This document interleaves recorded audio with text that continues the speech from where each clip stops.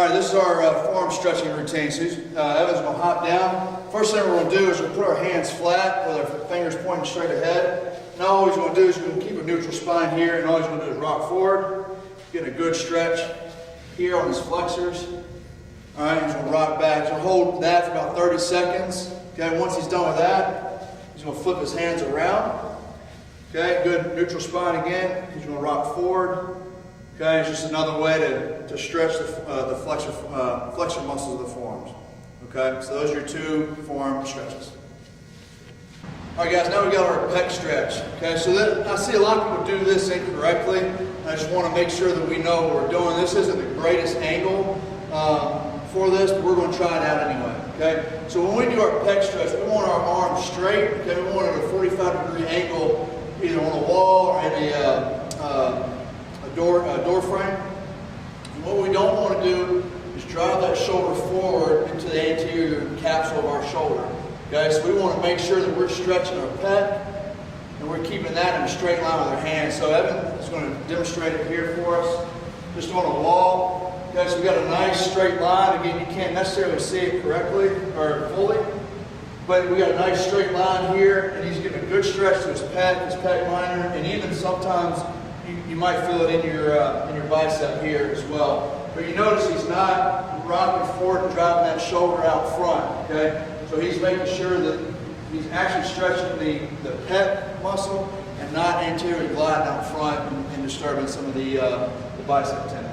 Okay, so from there, he's going to turn his back to you, put one arm up on the wall, you're going to sit back and down, and now we're stretching out our lat.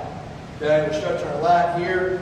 You can, if you like, come around and kind of pull the scap around a little bit, just get a little bit extra stretch. But again, we're just trying to stretch the lat here. You're probably going to get a little bit of the long head of the tricep as well. All right, we're just going to hold each one of those for about 30 seconds on our front line. All right, now we're going to go to the cross body stretch. Okay, this is pretty simple. We're just trying to stretch the back side of the shoulder. Okay, it's mainly one of your main decelerators when a lot of people get tight. So Evan here is going to stretch it. Okay, he's going to try to go kind of above 90 degrees. Okay, a little bit above parallel to the ground. He's going to hold that. Then he's going to go parallel to the ground with his arm, and then he's going to go below parallel. Okay, so each one of those stretches kind of the same spot, but a little different angles, really kind of help open the back of the shoulder up. Sideline snow angel. Okay, so Evan's going to hop down. This is great to try to get some upper rotation and stretch out the lat a little bit on our throwing side. So Evan's going to start with his thumb down right behind his hip, okay, right behind his glute. He's going to rotate as he comes up. He's going to rotate his thumb. And now he's going to try to touch his thumb to the ground here, okay? Notice we're getting a lot of upper rotation here. It's a pretty good lat stretch. He might actually be feeling a little bit in his pec and his triceps, kind of a muscular guy. So he's probably going to feel it a little bit more than somebody who is generally a little bit looser. But as you can see here, he's getting a really good stretch, a lot of good upper rotation. He's getting some movement here in the back of the shoulder and then back down. Okay, this is really going to help us get up and rotate and upwardly rotate the back so we can get up above the ball, behind the ball on our pitches. Calf stretch, pretty simple. What we're going to do, we're going to use just a foam roller. You can really use anything that kind of elevates your toes. You can use weights, you can use a baseball bat, you can use a little step, okay, whatever it is. We're just going to use a foam roller here. And now we're just going to put his toes up on it. And he's just going to rock forward, okay? You can lock your leg out.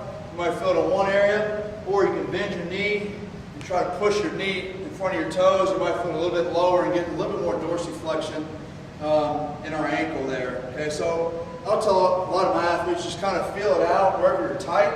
That might be it for you. That might be it for somebody else. Okay, but we just want to try to get a little bit more dorsiflexion, loosen up our calf, loosen up our ankles. All right, we're going to go band hamstring stretch. So pretty simple. I'm just going to hop down. Guys, you can use, we've got stretch bands here. If you don't have it, it's not a big deal. You can use a towel. Okay, you can have somebody assist you in this. We're just going to lay back. Pretty simple. We'd like to try to keep the knee straight if we can. Again, I'll tell our athletes, you know, you might have a hamstring, you you might be a little bit tighter up and higher in the hamstring, so you might want to bend your knee, pull it a little bit closer to you. You might want to keep your knee straight if it's more in the belly, whatever it is, okay? So just try to figure out a couple different angles when you do this, okay? I'd like for it to be here, and then on the side, just inside your midline, okay? So this is a little bit more on the outside, and then out to the side there, okay? So I'd like for it to be all three directions, and if one feels a little bit better with your athlete than the other, stay there a little bit longer than you normally would. All right, kneeling quad stretch, okay? This is one of my favorites, okay? It's going to stretch our quad. Our quad passes over our hip joint and our knee joint, okay? Just doing a regular quad stretch, you're getting one joint, just doing a regular hip flexor stretch, you're getting another joint, but this really kind of incorporates both joints with the quad that's so long and passes both of them. So what we're going to do is going to hop down. Okay, normally we'll use it up against the wall or have like a box or a bench or something here, but just for viewing purposes, we're just going to use a foam roller switch legs. So you can't see that side. Okay, so what we want, we'll reach back. Right now it doesn't necessarily matter which hand you grab with. Okay, I actually want to grab with this hand because I'm going to show you the progression. So what we'd like, okay, we want to make sure that we're posteriorly tilted, okay? So our hips, we're going to posteriorly tilt, we're going to flex our abs, we're going to flex our butt, we're going to keep a neutral spine. That puts us in a really good position, okay, to stretch out the entire length of the quad and the hip flexor, okay? If you don't do that, you're really just kind of pushing against the anterior portion of the hip and stretching the capsule and not the actual muscle. So from here, once we progress, we want to reach up, and now we're really stretching out this entire side, okay? We're getting some upward rotation, we're getting some reach there, we're stretching out the lat, we're stretching kind of the entire side of our body when we do this, okay? This is really, really important for our lead leg, okay, when we're pitching, all right? So for right-handed pitcher, it'd be your left leg, left-handed pitcher would be your right leg. It takes a lot of abuse slowing you down for 80 to 100 pitches, whatever you throw. So we really got to make sure we do a really good job, especially on that side, but on both sides, but especially on that side. All right, here's our frog stretch, all right? So Evan's going to hop down. It's one of my favorites here. Okay, so he's going to hop down. He's going to put his feet together. He's going to make sure that his spine is neutral, so he's going to put his back flat on the ground. And all we're going to do is just kind of let gravity work for us a little bit and just pull our knees down while we're stretching right there, okay? Pretty simple, but very effective. All right, guys, clamshells. We've talked about this in the past. It's one of our favorite exercises here. Okay, it's one of the most beneficial for both hitters and pitchers. Okay, we're talking about thoracic mobility. Okay, so when we're talking about pitching, right, we're talking about hip separation, shoulder hip separation. This is what's going to help with that. Hitting the same way, we're talking about hip and shoulder separation. So Evan's going to hop down. Okay, he's going to be on his side. He's going to have his knees stacked. Okay, you can put your hand. He's pulling his fist up, putting his hand between his knees. This is great. Because what it does is it aligns your spine. If he doesn't have his hand there, okay, his low back is actually twisting a little bit, and we want to try to neutralize that as much as we can. So we'll always have something between our knees, okay, whether it's our fist, whether it's we use maybe a little pad, we use a couple weights, kind of whatever it is, half foam roller. So he's here, okay, we'll see how good he is at this. So what he's going to do is he's going to try and keep this knee down on the ground, and this knee down on top of his hand. And he's just going to rotate. He's going to follow his hand with his eyes. What we want to try to do is put our shoulder on the ground. Okay, Evan obviously is a little bit tighter than we'd like him to be. Okay, so he's just going to hang out there. Then he's going to come back. Okay, he's going to go again, following his hand with his eyes. Okay, he's going to exhale, try to let gravity just kind of pull him down a little bit. You don't have to force it. And then back.